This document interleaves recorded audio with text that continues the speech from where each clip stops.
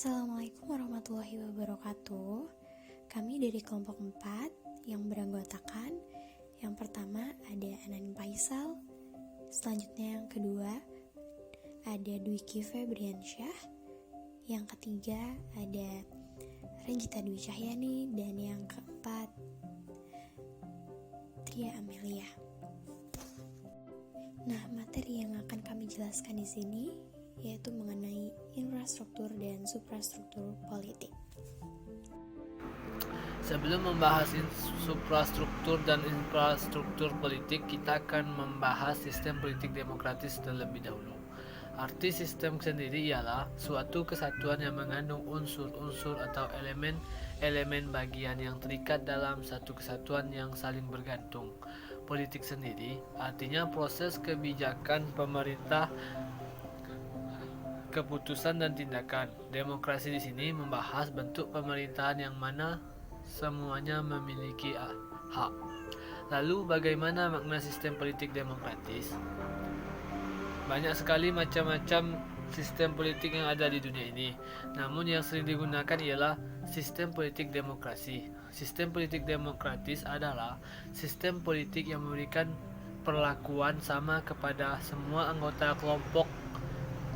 Maksudnya di sini ialah lembaga-lembaga pemerintahan dan penyelenggaraan.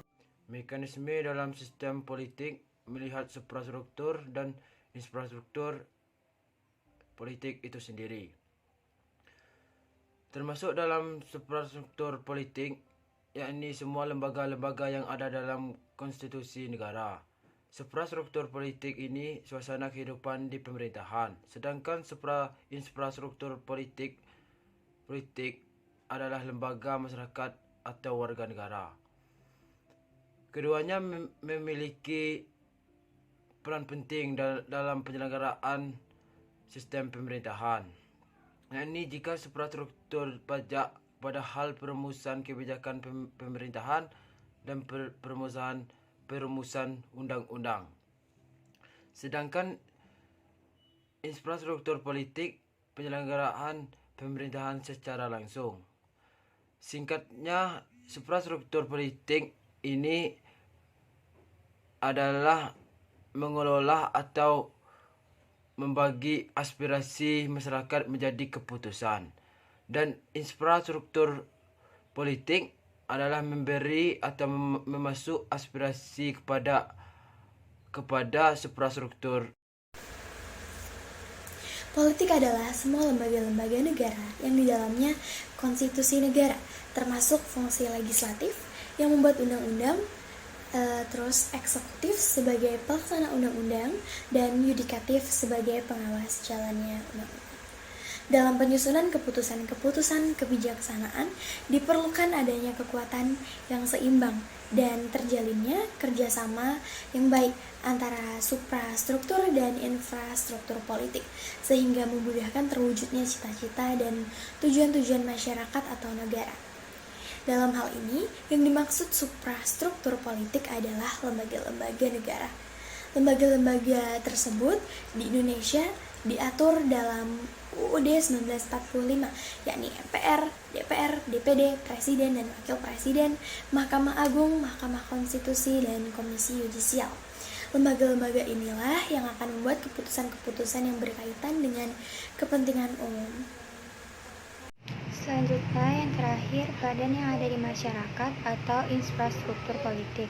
Seperti yang pertama ada partai politik atau yang biasa kita dengar sebagai parpol, di mana suatu kelompok terorganisir yang mempunyai orientasi, nilai-nilai dan cita-cita yang sama. Yang kedua ada kelompok kepentingan atau interest group, suatu perkumpulan yang mengadakan persekutuan demi kepentingan tertentu. Yang ketiga ada kelompok penekan atau pressure group. Di sini suatu kelompok manusia yang berbentuk lembaga kemasyarakatan yang mengadakan aktivitas dan kegiatan yang memberikan tekanan terhadap penguasa. Maksudnya di sini mengadakan atau memberikan tekanan terhadap pemerintahnya. Yang keempat ada alat atau komunikasi politik. Alat atau komunikasi politik di sini sebagai penyebaran konsep-konsep, ide-ide dan sebagainya kepada masyarakat secara luas dan tentunya secara cepat.